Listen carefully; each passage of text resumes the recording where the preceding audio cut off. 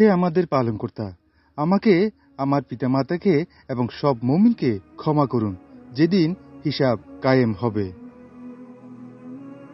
হে আমার পালনকর্তা, আমাকে নামাজ কায়েমকারী করুন এবং আমার সন্তানদের মধ্য থেকেও। হে আমাদের পালনকর্তা, এবং কবুল করুন আমাদের দোয়া। হে আমাদের পালনকর্তা, আপনি তো জানেন আমরা যা কিছু গোপনে এবং যা কিছু প্রকাশ্যে করি। আল্লাহর কাছে পৃথিবীতে ও আকাশে কোনো কিছুই গোপন নয়। প্রিয় রাসূল সাল্লাল্লাহু আলাইহি ইসলাম বলেছেন, উজু করার পরে যে ব্যক্তি কালেমায়ে শাহাদাত পাঠ করবে তার জন্য জান্নাতে ৮টি দরজা খুলে দেয়া হবে।